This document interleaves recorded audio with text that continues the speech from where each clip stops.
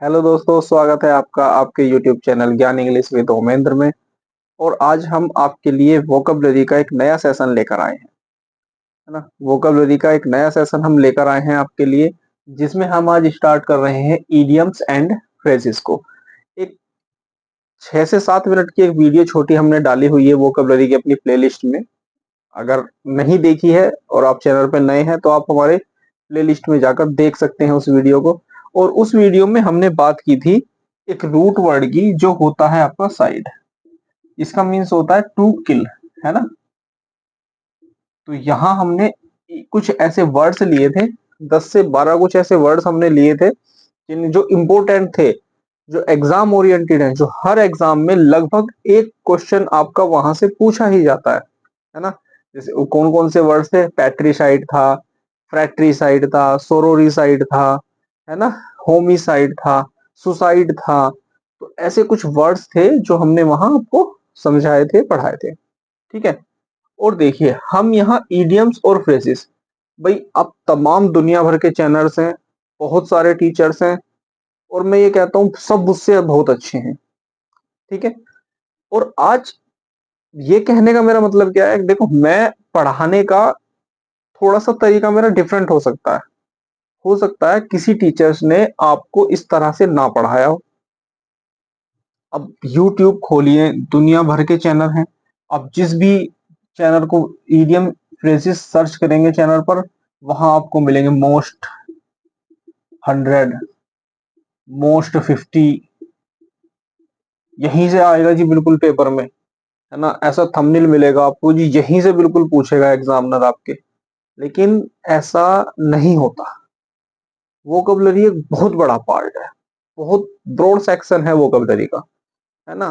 तो ये चीजें होती हैं आपकी प्रैक्टिस से, रिवीजन से, और आपके जर्नल यूज करने से, ठीक है। तो ये चीजें आपकी सब चीजें होती हैं, कैसे होती हैं आपकी, मतलब रिवीजन और प्रैक्टिस बहुत ज्यादा कंपलसरी है इन चीजों के लिए। अच्छा, हम क्या बात कर रहे थे कि हम जो ईडीएम और फ्रेजेस पढ़ेंगे यहाँ पर, ठीक, हम पढ़ेंगे दो तरह से भाई। ठीक, पहला पढ़ेंगे थीमेटिक और उसके बाद पढ़ेंगे मोस्ट रिपीटेड। ठीक, थीमेटिक क्या होता है जी? थीमेटिक होता है कुछ इडियम्स फ्रेजेस इस तरह से होते हैं, देखो जैसे यहाँ लिखा है एप्पल, एप्पल के ही हमने 5 वर्ड लिखे हुए हैं। इसी तरह से ह्यूमन बीइंग के, बॉडी पार्ट्स के, कलर्स के, नेचर के, है ना। तो इस तरह के जो थीम के बेस, जो थीम के ऊपर डिपेंड करते हैं हमारे, ऐसे कुछ इडियम्स फ्रेजेस हम पढ़ेंगे। और ज्यादा नहीं पढ़ेंगे, मुश्किल से मतलब 5 से 6 क्लासेस हम लाएंगे थीमेटिक ईडियम फ्रेजेस की। ठीक, जब आप थीमेटिक ईडियम फ्रेजेस को समझने लगेंगे, जब आपको ये पता चलने लगेगा कि हाँ रूट वर्ड ये होते हैं, इस तरह से ये ईडियम्स बन रहा है, ठीक है, इस तरह से इसका सेंस निकल रहा है ना। आप मतलब एक हैबिचुअल हो जाएगी, जब आपकी एक आदत हो जाएगी पढ़ने की, है ना, ये वोकैबुलरी के सेक्शन को। उसके बाद हमने ये पोर्शन पढ़ लिया अपना, मान लिया 5 से 6 वीडियो में हमने अपना थीमेटिक कंप्लीट कर लिया। उसके बाद हम क्या करेंगे, उसके बाद हम पढ़ेंगे मोस्ट रिपीटेड, है ना। कौन से इडियम फ्रेजेस पढ़ेंगे? मोस्ट रिपीटेड इडियम्स और फ्रेजेस पढ़ेंगे। और मोस्ट रिपीटेड कौन से होंगे? देखो सबसे पहले हम फोकस करेंगे अपने यूपी टीजीटी, यूपी पीजीटी और एलटी ग्रेड, DSSB, DSSS होता है, ठीक है। आपका सी टेट या सी टेट क्वालिफाइंग एग्जाम है, चलो इसे रहने देते हैं। TGT, PGT, LT grade, DSSB। और इसके बाद SSC, बैंक और बाकी अदर एग्जाम जिसमें भी आपकी इंग्लिश आती है और जहां वोकैबुलरी पूछी जाती है। अच्छा, ये एग्जाम को फोकस करने का, टीचिंग एग्जाम्स जो हैं इनको फोकस करने का क्या रीजन है? क्योंकि देखो एलटी ग्रेड आज से ही फॉर्म स्टार्ट हो गए हैं, और आयोग ज्यादा लंबा समय नहीं देगा आपको एग्जाम कराने के लिए। तो अगर आप टीजीटी, पीजीटी और एलटी ग्रेड एस्पायरेंट्स हैं, तो आपके लिए बहुत ज्यादा यूजफुल ये वीडियोस होने वाले हैं, है ना। बहुत ज्यादा यहाँ से आपको मैटर मिलने वाला है, अच्छे से आप सीख पाएंगे, यहाँ से पढ़ पाएंगे। ठीक है, तो इस तरह से हमको पढ़ने हैं इडियम फ्रेजेस।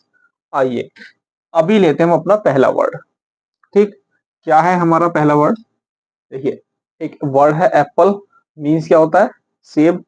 देखिए पहला word apple of one's eye, है ना? Apple of one's eye, one's eye मतलब किसी एक के आंख की बात हो रही है भाई, एक व्यक्ति के आंख की बात हो रही है। और किसकी बात हो रही है? सेब की बात हो रही है। अब जी हम कैसे समझेंगे?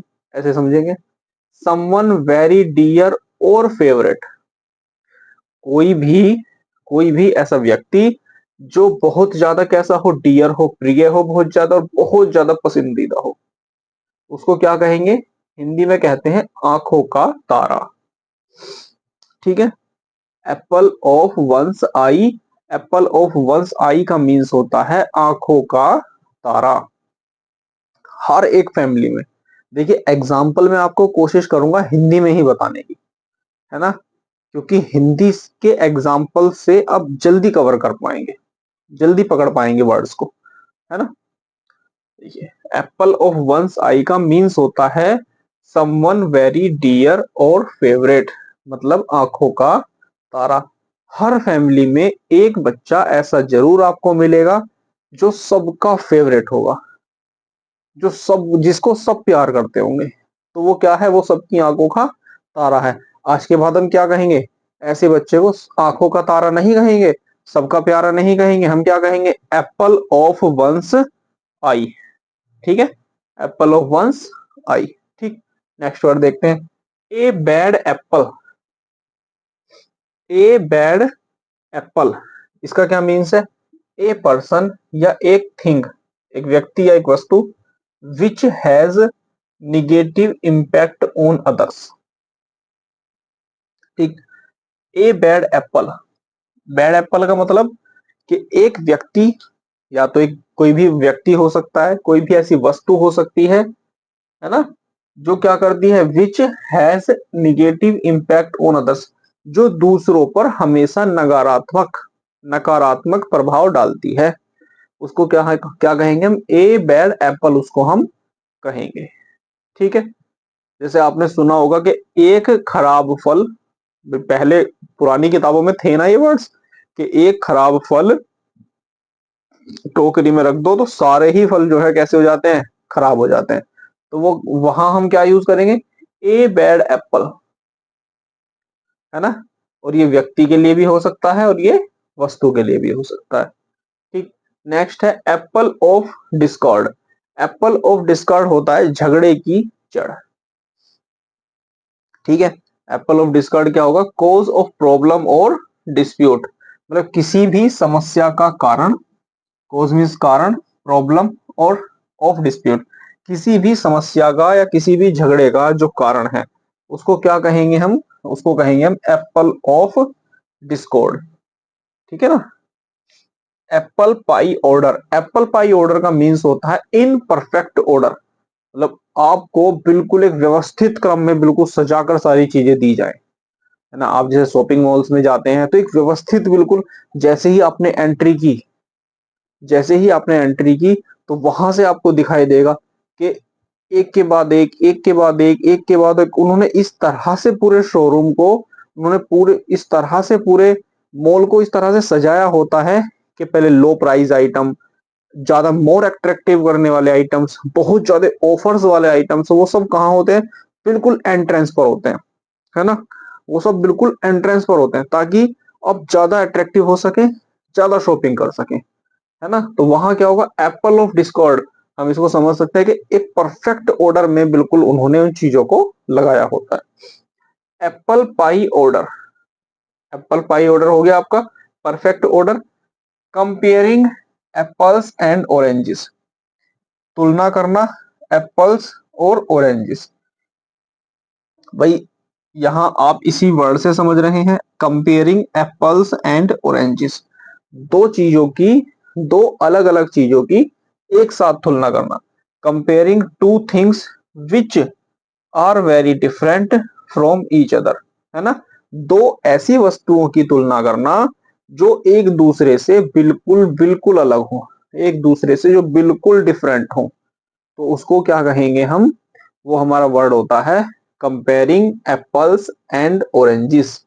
ठीक है, comparing two things which are very different from each other. ठीक, आइए एक बार और देखते हैं हम शुरू से। फर्स्ट है हमारा apple of one's eye. Apple of one's eye, इसका क्या मीन्स होता है? समवन वेरी डियर और फेवरेट, किसी की भी आंखों का तारा। A bad apple, a bad apple, a person या एक thing which has negative impact on others, है ना? एक ऐसा व्यक्ति या एक वस्तु जो हमेशा दूसरों पर नकारात्मक प्रभाव डालता है। ठीक। थर्ड है आपका Apple of Discord. Apple of Discord का मीन्स होता है झगड़े की जड़। हिंदी में याद रखेंगे, कॉज ऑफ प्रॉब्लम और डिस्प्यूट, झगड़े की जड़। फोर्थ है आपका apple pie order. Apple pie order, किसी भी चीजों को, किन्हीं भी चीजों को एक परफेक्ट बिल्कुल ऑर्डर में लगा देना, है ना? अरेंज्ड इन ए परफेक्ट और मैनरली ऑर्डर्ड। ठीक। फिफ्थ है आपका कंपेयरिंग एप्पल्स एंड ऑरेंजेस। दो डिफरेंट थिंग्स हैं, दो अलग अलग थिंग्स हैं, दो अलग अलग वस्तुएं हैं, और उनका एक साथ हमने क्या कर दिया, उनको हमने एक साथ उनका कंपेयरिंग करने की कोशिश की है। लेकिन दोनों के क्वालिटीज अलग हैं, डिसक्वालिटीज अलग हैं, लेकिन उनकी हम क्या कर रहे हैं, हम उनको एक साथ कंपेयर करने की कोशिश कर रहे हैं। ठीक। तो मैं समझता हूं ये 5 इडियम फ्रेजेस आपको अच्छे से क्लियर होंगे अब। ठीक है, आइए देखते हैं नेक्स्ट हमारा वर्ड कौन सा है। आइए देखते हैं नेक्स्ट वर्ड हमारा। नेक्स्ट वर्ड है आपका एंगर। इस वर्ड से सभी परिचित होंगे आप। क्या होता है? एंगर मीन्स होता है गुस्सा करना, क्रोधित होना। ठीक है। इसका दूसरा वर्ड है एनोयंस। क्या है? एनोयंस। ठीक।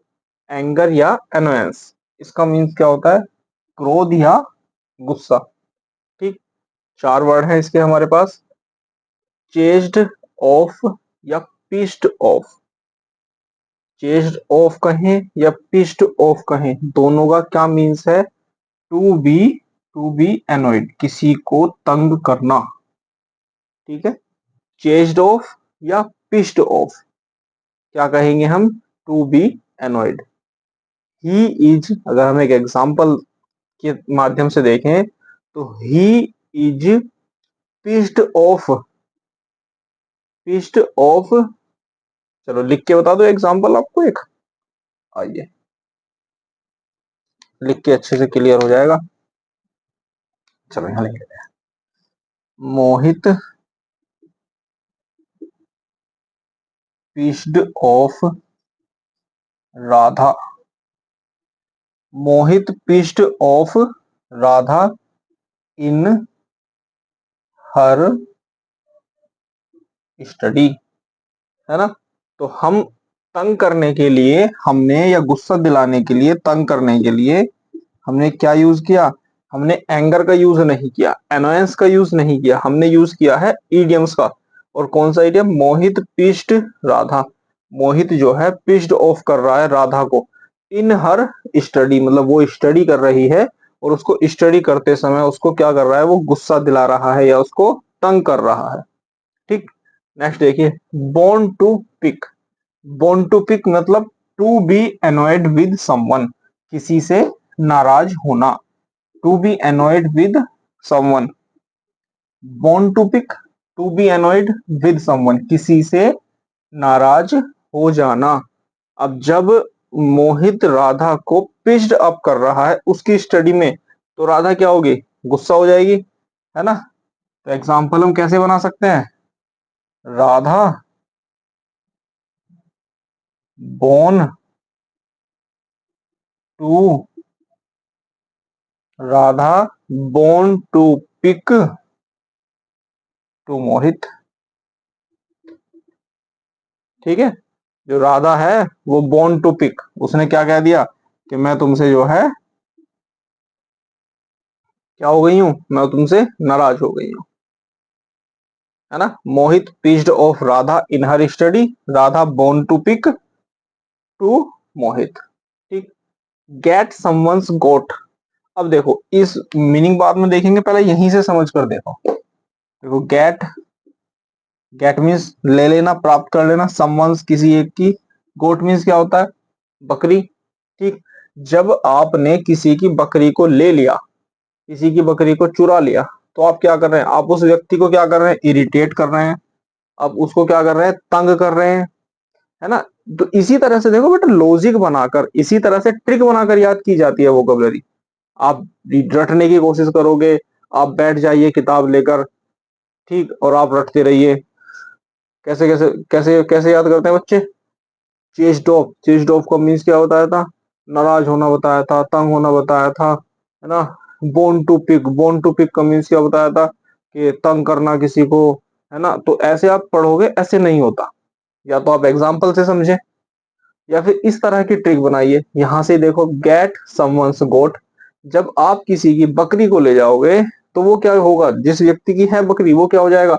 वो इरिटेट हो जाएगा, है ना? किसी को इरिटेट करना, इसका मतलब किसी को तंग करना होता है। गेट समवन्स गोट मतलब किसी को तंग करना। अगर ये क्वेश्चन एग्जाम में आता है, तुरंत क्लिक करेगा कि जी किसी को बकरी ले जाने की बात है, कि जी समवन इरिटेटिंग, है ना?